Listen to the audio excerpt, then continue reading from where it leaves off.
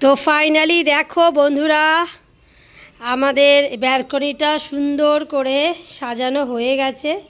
আর এটা পুরো ভালো করে ধুয়ে ক্লিন করে দিয়েছি। আর এখানে গাছগুলো রেখেছি। আর এইখানে হচ্ছে দেখো আমাদের নতুন গ্রিল বসানো হয়ে গেছে, দেখতে পাচ্ছ। আর এখানে এবার থেকে আমরা বসে চা খাবো। আর আগের যে গ্রিলটা সেটা যে খুলে দেওয়া হয়েছে, তার ওই গর্ত দুটো রয়ে গিয়েছে। তো দেখতে পাচ্ছ কেমন হয়েছে। আর এই হচ্ছে আমার 3টে জবা গাছ, এই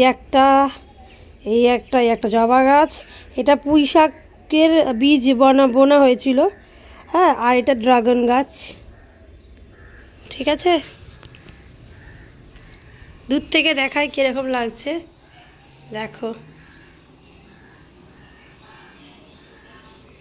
কেমন হয়েছে তোমরা জানাবে অবশ্যই।